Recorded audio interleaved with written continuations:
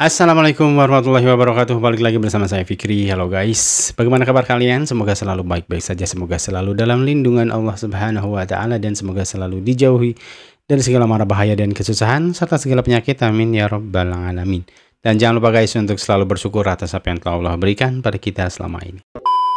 Oke guys, hari ini saya akan mereaksi satu fenomena yang sedang berkembang secara worldwide ya, secara meluas ke seluruh dunia. Namun di Indonesia sendiri sebenarnya ini belum begitu tersebar ya, belum viral. Tapi di Malaysia gerakan ini ternyata sudah memberikan kontribusinya, sudah memberikan efeknya guys. Kita akan lihat langsung penjelasan dari Donivia Channel tentang hal ini ya. Saya sendiri sebenarnya belum terlalu memahami guys block out ini guys. Oke, kita langsung lihat sama-sama aja guys seperti apa video dari Donivia Channel ini guys. Sebelum mula, Art Donivia minta maaf sebab audio kali ni tak berapa ngam sebab dia lupa cucuk wire audio. Apa punya perangai lah dia ni. Assalamualaikum guys, welcome back. Oh, suaranya kecil ya. ya. Almost The Rock. Korang mesti perasan yang penggusti dan juga selebriti terkenal seluruh dunia ni, dia ada pengikut Instagram hampir 400 juta. Pada korang yang mungkin tak tahu atau mungkin tak perasan, The Rock sebenarnya semakin kehilangan peminat dia, yang mana bulan lepas saja, bulan April, dia dah kehilangan hampir 300,000 subscribers.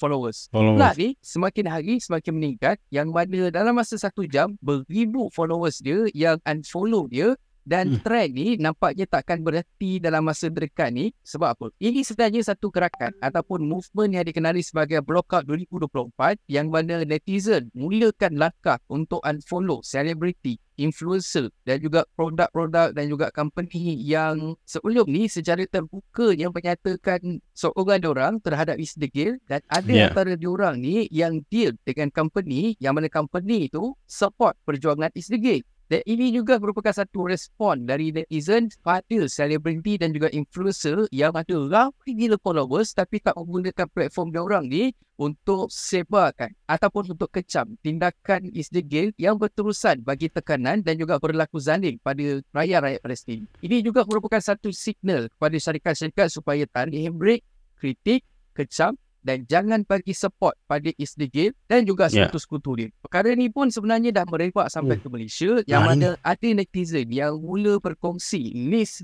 selebriti dan juga influencer yang bekerjasama dengan produk ataupun company yang dekat luar sana tu memang terang menyokong dan juga memang ada support perjuangan Isdegil. Dan dekat dalam list tu ada juga sebenarnya nama-nama selebriti dan juga influencer yang aku kenal secara personal. Ramai juga yang berpendapat yang movement ni bakal mengubah landscape marketing dunia. Siapa sangka kan, lebih 2 juta saudara-saudara kita yang berada kat Palestin, yang ditekan, yang diperlakukan secara zalim oleh Isdegil, yang anggap diorang ni sebenarnya dah pun menang, tapi sebenarnya yang berjaya ialah saudara-saudara kita dekat Palestin yang berjaya mengubah dunia tanpa mengangkat senjata. Betul. Tapi apa-apa pun, aku ada pandangan pasal benda ni, yang mana sebelum aku sembang, aku harap korang boleh berlapang dada dan dengar apa yang aku cuba nak sampaikan. Aku setuju kita boycott dan unfollow, tapi jangan kita menghina, jangan kita memaksa dan juga mengutuk influencer ataupun selebriti yang masih lagi mengikat kontrak dengan company-company ataupun produk-produk yang bersekongkol dengan Isdegil. Ada antara selebriti dan juga influencer ni yang memang dah tak boleh nak buat apa-apa dah, sebab diorang dah sign kontrak, diorang dah pun ada agreement dengan company-company, dengan produk-produk yang support Isdegil ni sebelum apa yang terjadi pada Palestin pada bulan Oktober lepas. Ada juga netizen yang tertanya ataupun yang duk cakap, kenapa pula influencer A tu dia boleh cancelkan projek dengan company yang backup Isdegil, tapi kenapa influencer B cakap yang diorang tak boleh nak cancelkan dia diorang? Yes, memang betul, ada influencer dan juga selebriti yang acuh tak acuh bila kita tegur diorang sebabnya produk yang diorang promote tu sebenarnya produk yang memang support Isdegil.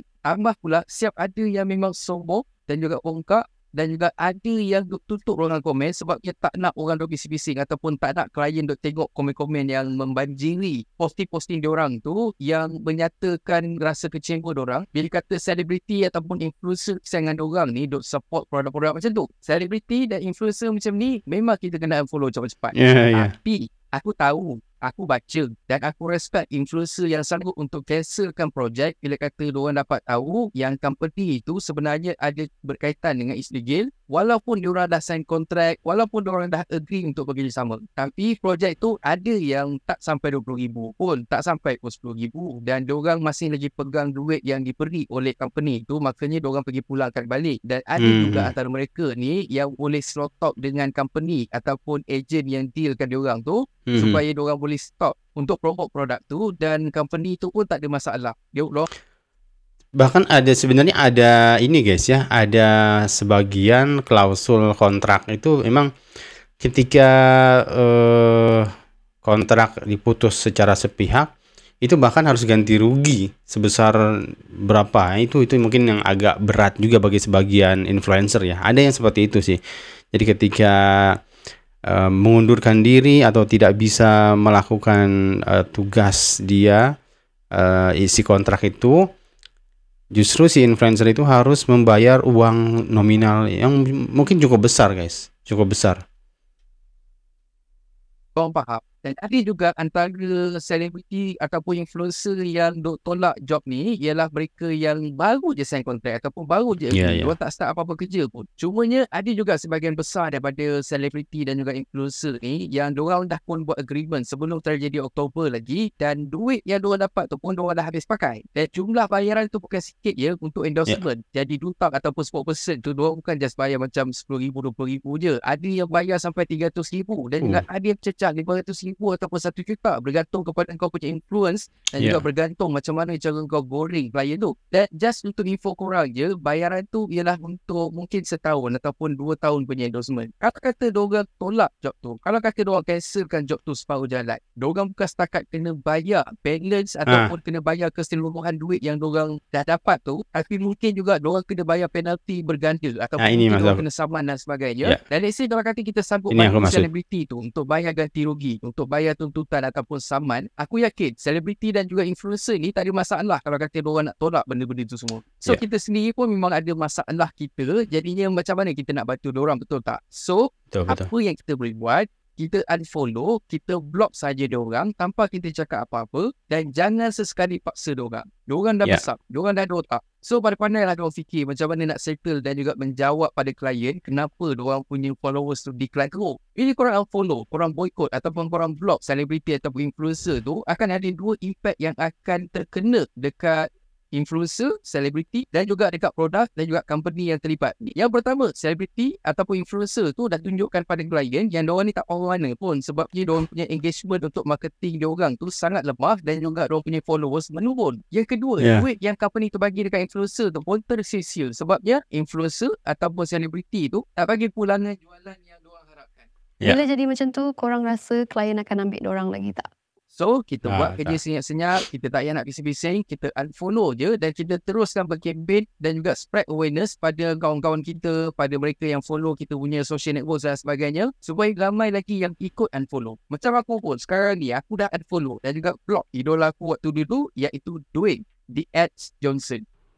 Dah unfollow dah. Bye-bye The Rock. The Rock tahu tak block? Mira Fiza tahu tak block ke tak?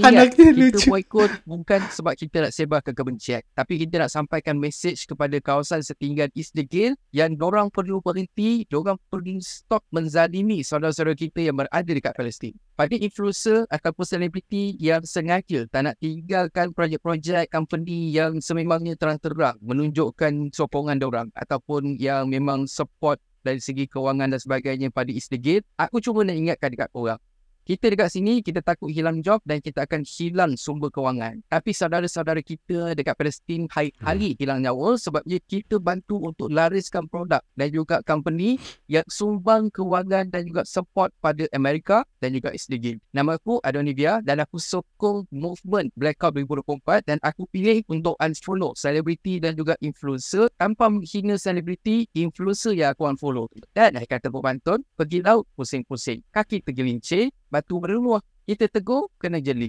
Kena boycott, baru takut. Dan kalau korang suka konten ada dalam channel ni, please consider to subscribe. So thank you very much for watching. And have a nice day. Oke guys, ini sangat mengejutkan ya guys. Ada beberapa nama yang membuat saya cukup shock. Ada Mira Filza, ada Nielova, ada Nabila Razali. Tapi kita berhusnuzon aja, mungkin mereka adalah termasuk kategori yang tadi Donivia bilang, mereka sudah sign kontrak terlebih dahulu, karena kita tahu lah nama besar mereka ya. Saya tahu banyak mungkin brand-brand besar yang datang kepada mereka semua, dan ya mungkin sebelum kejadian konflik di Gaza sana ya mereka sudah sign kontrak gitu, dan ada beberapa penalti mungkin yang mereka tidak bisa mampu kembalikan ya, dan sehingga mereka ya tidak bisa berbuat banyak mungkin guys. Saya cukup terkejut dengan para netizen Malaysia yang memang begitu concern pada masalah ini. Mereka benar-benar menunjukkan ya siapa sebenarnya penguasa di media sosial itu. Jadi mereka influencer harus tunduk pada netizen gitu, pada keinginan pasar. Jadi mau nggak mau, kalau mereka ingin tetap memiliki nama besar, mereka ingin tetap ada di posisi mereka, ya mereka harus mengikuti keinginan pasar. Yang pasar itu dipengaruhi oleh netizen ini gitu. Tapi dengan catatan jangan dengan mencaci ya guys. Kalau mungkin mencaci ya saya rasa itu hanya menambah-nambah dosa aja. Maksud kita adalah baik untuk membantu Palestina, tapi dengan cara yang salah justru bukan kebaikan ya, justru nambah-nambah dosa untuk kita gitu guys. Jadi saya rasa itu sesuatu tindakan yang salah juga ya. Tapi saya nggak tahu apakah sudah ada konfirmasi atau apa klarifikasi dari artis-artis Malaysia yang senarai yang ada di list tadi tuh, yang mana saya yakin follower mereka udah berkurang ya. Justru sebenarnya bukan hanya di unfollow guys ya, setahu saya jangan hanya di unfollow tapi diblokir itu, ternyata harus diblok. Kalau di unfollow itu mereka masih ada seliweran di FYP kita, masih ada berseliweran di media sosial kita, tapi kalau diblok itu mereka hilang sama sekali dari pencarian kita, dari beranda kita, dari FYP kita gitu. Dan saya pun baru tahu sebenarnya setelah kejadian ini. Dan saya sebenarnya nggak terlalu follow banyak artis guys, apalagi yang tadi di ini tuh nggak. Tapi saya nanti mungkin akan cek ulang ya, siapa tahu saya mungkin mengikuti mereka tanpa saya sadari gitu. Dan saya akan blok lah. Saya juga akan ikut gerakan ini lah guys. Oke, sekian dulu mungkin guys untuk video kali ini. Mohon maaf jika ada salah kata dan salah data yang saya sampaikan. Sampai jumpa di video selanjutnya. Assalamualaikum warahmatullahi wabarakatuh.